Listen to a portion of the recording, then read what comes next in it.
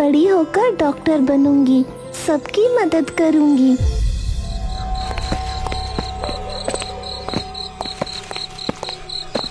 रवीना, मेरी गुड़िया। उत्तर प्रदेश के जिले बाराबंकी में रवीना अपने पिता संजय और मां सरस्वती के साथ रहा करती थी। संजय सब्जी बेचता था और सरस्वती सिलाई का काम करती थी। रवीना बचपन से ही बहुत रहम दिल थी और उसे सबकी मदद करने में बड़ा मजा आता था। एक दिन वो घर के बाहर खेल रही थी। आओ रवीना, छुपन छुपाई खेले। हाँ चलो चले। मैं पेड़ के पास जाकर गिनती गिनता हूँ, तुम छुप जाना तब तक। बच्चा पेड़ के नीचे जाकर आंख बंद करके गिनती गिनने लगा और रवीना छुपने की जगह ढूंढने लगी। लेकिन तभी उस बच्चे के ऊपर पेड़ पर से कुछ गिरा और वो घबराकर चिल्लाने लगा, बचाओ! क्या हुआ? क्या हुआ? अरे ये तो चिड़िया है, ये मेरे ऊपर क्यों गिरी? अरे इसे तो चोट लगी है, हाय बेचारी। मैं नहीं खेलूंगा अब, गंदी चिड़िया मेरे ऊपर गिर गई। मैं नहाने जा रहा हूँ। ठीक है चल आजा, मैं तो इस बेचारी का इलाज करूंगी। रवीना फटाफट घर के अंदर गई और पानी और रुई लेकर आई और चिड़िया को पानी पिलाकर उसके जख्म को साफ करने लगी। सरस्वती और संजय ने रवीना को भागते हुए देखा तो वो भी उसके पीछे गए। अरे ये तुम क्या कर रही हो बेटा? मैं इस चिड़िया को ठीक कर रही हूँ, इसको चोट लग गई है। सिर्फ रुई से? अरे इसके जख्म पर तो दवाई लगानी पड़ेगी ना। रुक, मैं लेकर आती हूँ।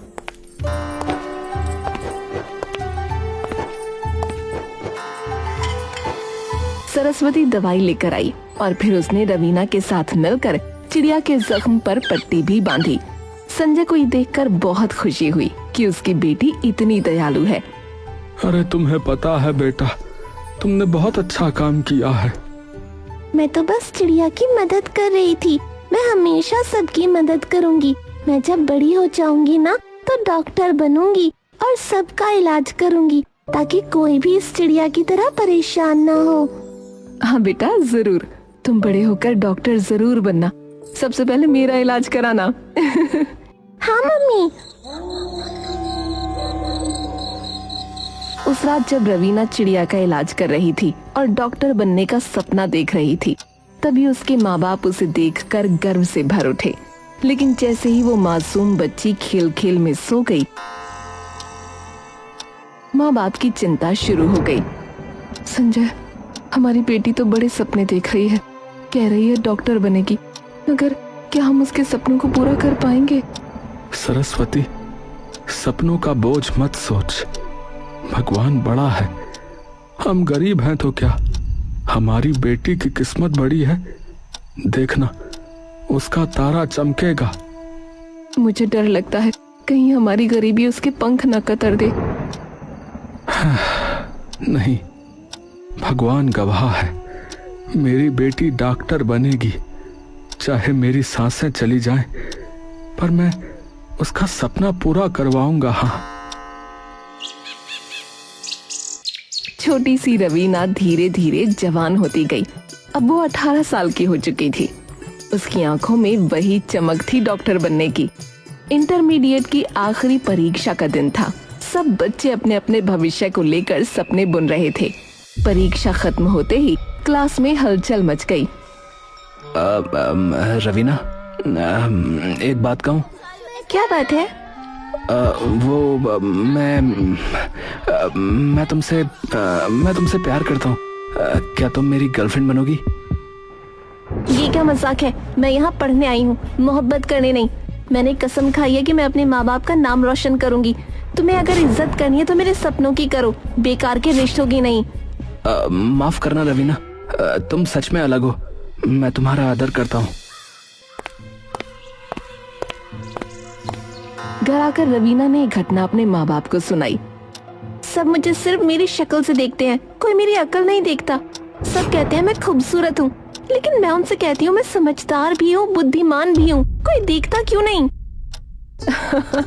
अरे बेटी, तुम्हारी अकल भी सब देखते हैं, लेकिन क्या करें, खूबसूरती सबसे पहले नजर आती है। मुझे ये बिल्कुल पसंद नहीं। अरे मत नाराज हो मेरी गुड़िया, हम सब जानते हैं कि तू कितनी होशियार है, और जब शादी का वक्त आएगा तो तेरे लिए ऐसा लड़का ढूंढेंगे जो तेरी अकल और तेरे जज्बे से प्यार करे। अच्छा। फिर आया रिजल्ट का दिन। पूरे जिले में शोर था कि रवीना ने 12वीं की परीक्षा में टॉप किया है। घर में मिठाई बंटी, पड़ोसी आए, हर कोई उसकी तारीफ कर रहा था। वाह संजय भाई वाह, है आपकी बेटी तो कमाल की निकली, हमारी तो छाती चौड़ी हो गई भाई, अब तो ये सीधा डॉक्टर बनेगी। हाँ गौरव भैया, यही तो सपना है हमारा। बेटी अब आगे की तैयारी करनी है, तुम मेडिकल कॉलेज जाएगी? ना पिताजी, मेडिकल की फीस बहुत महंगी होती है, हम कैसे देंगे? रवीना की आंखों में चमक के साथ साथ चिंता भी आ गई, लेकिन उसके माँ बाप ने उसकी चिंता पल भर में मिटा दी। अरे पगली, तू सिर्फ पढ़ाई कर, पैसों की चिंता मत कर, भगवान ने चाहा तो सारा इंतजाम होगा। हाँ पिताजी, मुझे विश्वास है, मैं परीक्षा जरूर पास करूंगी। हाँ बेटी, पूरी ताकत लगा दे, तू ही हमारी उम्मीद है।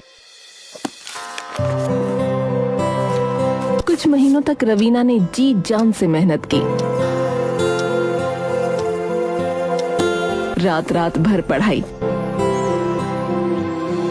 सुबह जल्दी उठकर नोट्स बनाना,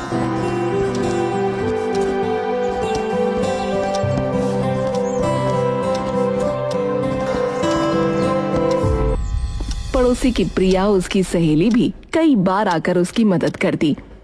रवीना, तू तो बिल्कुल पागल हो गई है, इतना कौन पढ़ता है? जो अपने सपनों से प्यार करते हैं वही पागलपन करता है।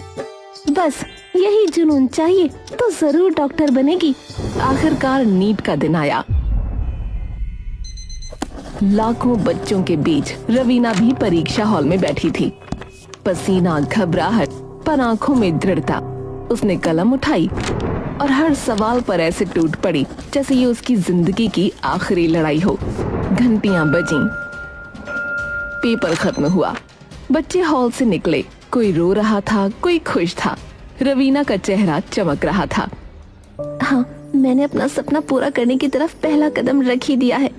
भगवान, अब सब आपके हाथ में है। वो मुस्कुराते हुए घर लौटी। माँ और पिताजी दरवाजे पर खड़े थे, जैसे उनकी सांसें रुकी हुई हों।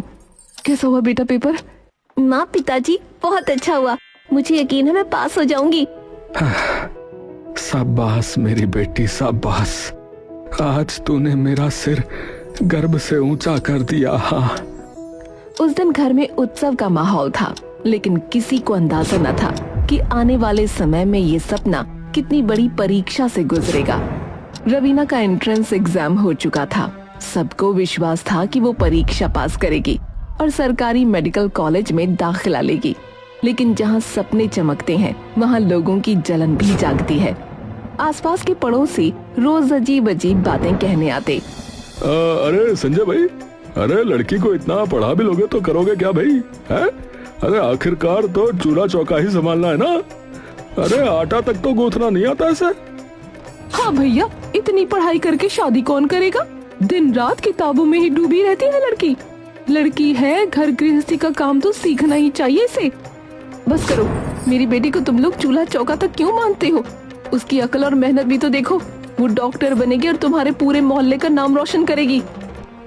जिसे आटा गूंथना आता है वो हर घर में है, लेकिन जिसे दिल गूंथना आता हो, जो इंसान का इलाज कर सके, वो हर घर में नहीं होती। हाँ, मेरी बेटी वही बनेगी।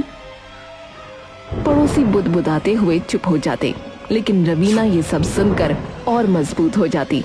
फिर आया वो दिन जिसका सबको इंतजार था, एंट्रेंस एग्जाम के रिजल्ट का दिन।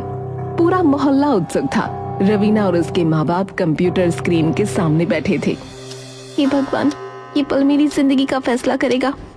हे भगवान, मेरी बेटी की मेहनत रंग लाए। रवीना, क्लिक कर। रवीना ने कांपते हाथों से रिजल्ट खोला तो पूरा घर खुशी से गूंज उठा। वो पास हो गई थी। माँ, पापा, मेरी मेहनत सफल हो गई। अब मुझे डॉक्टर बनने से कोई नहीं रोक सकता। मेरी बेटी, तूने हमारा सपना पूरा कर दिया।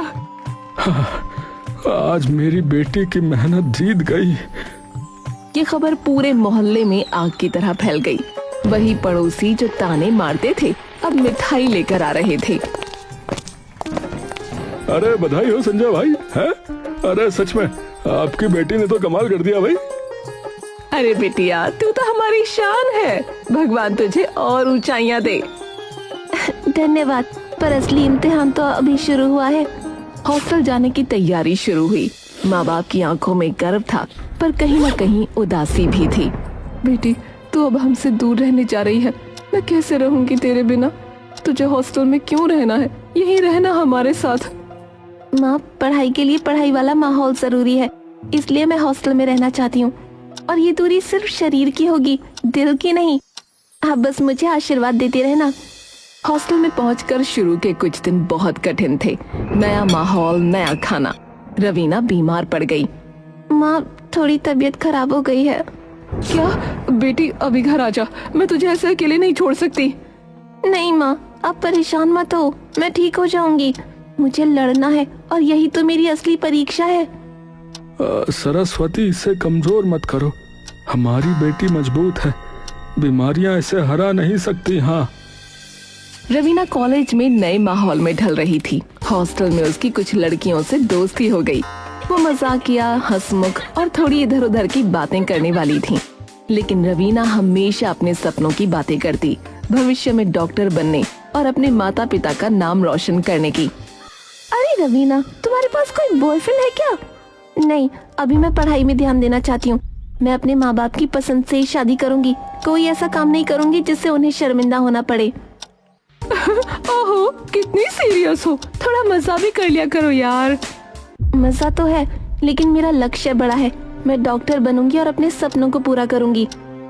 बस यही बात करती रहो, कभी हंसो भी। हंसना भी जरूरी है, लेकिन सपनों के बिना जीवन अधूरा है।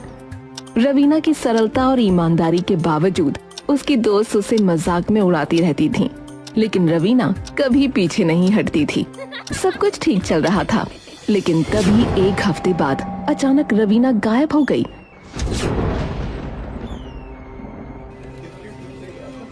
संजय जी, आपकी बेटी अभी हॉस्टल में नहीं मिली। हमने हर जगह ढूंढा। अरे नहीं नहीं, अरे नहीं भैया, अरे मेरी बेटी कैसे गायब हो सकती है? हम तुरंत पहुंच रहे हैं, हमें उसे ढूंढना होगा भैया। संजय और सरस्वती कॉलेज पहुंचे। उन्होंने हॉस्टल और कॉलेज के सभी लोगों से पूछताछ की, लेकिन किसी को भी रवीना के बारे में कुछ नहीं पता था। अरे भैया, किसी ने उसे देखा? सॉरी सर, हम सच में नहीं जानते। उसका फोन भी बंद है। फिर कहाँ हो सकती है वो? हे भगवान।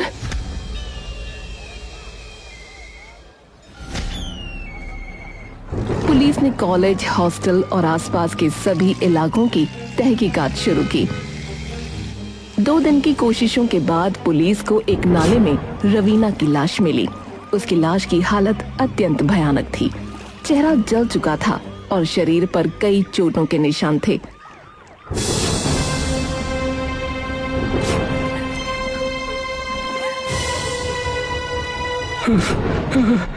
नहीं नहीं, मेरी बेटी, अरे मेरी बिटिया, अरे अरे ये कैसे हो सकता है? मेरी गुड़िया, हे भगवान, मेरा फूल, भगवान। कुछ मिनट बाद सरस्वती को होश आया, लेकिन उसका रो रो कर बुरा हाल हो गया था। संजय और सरस्वती समझ नहीं पा रहे थे कि उनका नन्हा फूल, उनकी रवीना, कैसे जघन्य तरीके से दुनिया छोड़ गई। मामला मीडिया में पहुंच गया। बाराबंकी की एक साधारण लड़की के साथ भयानक अपराध हुआ है। पूरा देश इस खबर से स्तब्ध है। रवीना की लाश का पोस्टमार्टम और फॉरेंसिक जांच हुई। रिपोर्ट में सामने आया कि उसके शरीर के कई अंग गायब थे और चेहरे पर केमिकल अटैक हुआ था। सबको ये देखकर झटका लगा। देखिए, शरीर की हालत अत्यंत भयानक थी। चेहरा जल चुका था, अंग गायब हैं और शरीर पर चोटों के स्पष्ट निशान हैं। हे भगवान, मेरी बच्ची, इतनी निर्दयता, ये कौन कर सकता है? संजय और सरस्वती हिम्मत करके डॉक्टर और इंस्पेक्टर से मिले।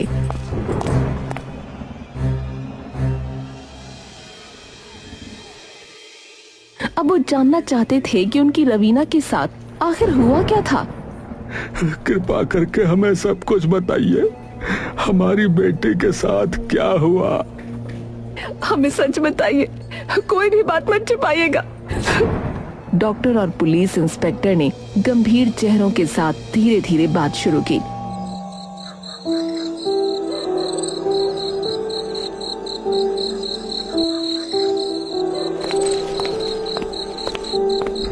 रास्ता सुनसान था और उसे लगा कि कोई उसका पीछा कर रहा है। उसने कदम तेज कर दिए। कोई पीछे है, जल्दी करना होगा।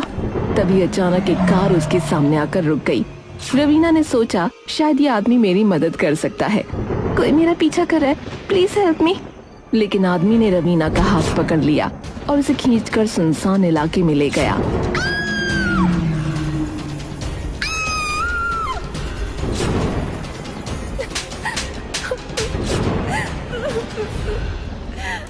फिर उसने उसके साथ दुष्कर्म किया। प्लीज छोड़ दो मुझे, मुझे मत मारो, छोड़ दो। लेकिन उस दरिंदे ने उसके दर्द और पुकार को अनसुना करके उसके मुंह पर तेजाब डाल दिया। रवीना दर्द में तड़पती रही और इस यातना से उसकी मृत्यु हो गई। संजय और सरस्वती ये सुनकर फूट फूट कर रोने लगे। हमारी रवीना, हमारी जान। अरे अरे कैसे कोई ऐसा कर सकता है? हाय भगवान, मेरी बेटी, मेरी प्यारी रवीना। वो कुछ देर तक बस रोते रहे, फिर जैसे तैसे अपने आप को संभाला और पुलिस से पूछा, कौन है वो, किसने किया ये? देखिए जी, हमारी जांच में ये पता चला है कि आपकी बेटी को उसी लड़के ने पहले प्रपोज किया था, लेकिन उसने मना कर दिया था। यही बात उस पर बुरी तरह चढ़ गई और उसने ये काम कर डाला। अगर आपको सब कुछ पता है तो अब तक उस लड़के को गिरफ्तार क्यों नहीं किया गया? देखिए जी, एक तो पोस्टमार्टम रिपोर्ट में आया है कि आपकी बेटी ने जहर पिया है जिससे उसकी मौत हुई है, और उसके बाद किसी जंगली जानवर ने उसे नोचा है। मेरी बेटी जहर पी ही नहीं सकती। उसने तो अपना भविष्य दूसरों को जिंदगी देने के लिए बनाना था। आपके पास सारे सबूत हैं, लेकिन आपके मुंह में पैसे भर दिए गए हैं। सब कुछ पुलिस की लापरवाही से हुआ है। सब मिले हुए हैं, सबके सब। ये नेता बस वोट के वक्त हम गरीबों के पास पहुंचते हैं, उसके बाद सत्ता के नशे में चूर होकर हमारी एक नहीं सुनते। मेरी रवीना का भला क्या कसूर था? अरे आप लोग जाइए यहाँ से, चलिए, उल्टा हम पर इल्जाम लगा रहे हैं। उस समय पुलिस ने रवीना की डेड बॉडी उन्हें सौंप दी, लेकिन संजय और सरस्वती ने बॉडी लेने के बावजूद अंतिम संस्कार करने से मना कर दिया। हम अपनी बेटी का अंतिम संस्कार तब तक नहीं करेंगे जब तक उसे न्याय नहीं मिलता। हाँ, न्याय ही उसकी आत्मा को शांति देगा। उनके साथ गांव के लोग भी जुट गए। बड़ी भीड़ में लोग प्रदर्शन करने लगे। हर कोई यही मांग कर रहा था कि रवीना को न्याय मिले। हम चुप नहीं बैठेंगे, न्याय मिलने तक उसकी लाश को सुरक्षित रखेंगे, वरना ये सब होता ही रहेगा। हाँ, तुमने सही कहा, हमें चुप नहीं बैठना चाहिए। हाँ, सही कहा भैया, अपनी आवाज उठा के रहेंगे। लेकिन जैसा हमेशा होता आया है, न्याय की राह लंबी और कठिन थी। दोषी अभी भी सुरक्षित थे। कई लोग दबाव डाल रहे थे। हमारी बेटी की आत्मा अब भी न्याय के लिए रो रही है। हाँ, पर हमें लड़ना होगा। उसकी याद और उसका सपना हमारे साथ है। अभी भी संजय और सरस्वती वहीं बैठे हैं। उनकी आंखों में आंसू, दिल में दर्द और उम्मीद में जज्बा। उनके जैसे कितने माता पिता न्याय की प्रतीक्षा में हैं। रवीना, मेरी बच्ची, हम तुम्हें न्याय दिलाए बिना नहीं उठेंगे। रवीना की कहानी सिर्फ एक बेटी की हत्या की कहानी नहीं है। ये हर उस माता पिता की कहानी है जिसने अपनी संतान को खोया। ये कहानी न्याय, हिम्मत और उम्मीद की है। रवीना का नाम और उसकी याद हमेशा जीवित रहेगी। गांव वाले, माता पिता और समाज सभी उसके लिए खड़े हैं। उसकी मृत्यु ने केवल दर्द नहीं दिया, बल्कि ये संदेश भी दिया बेटियों की सुरक्षा और सम्मान के लिए लड़ना हमारी जिम्मेदारी है। आज भले ही सत्ता और गरीबी के कारण एक परिवार ने अपनी फूलों सी बेटी का संस्कार कर दिया हो, लेकिन हम सभी को मिलकर इस खराब व्यवस्था और ऐसे जालिम अपराधियों के खिलाफ खड़े होना होगा, तभी हमारा कल सुरक्षित होगा।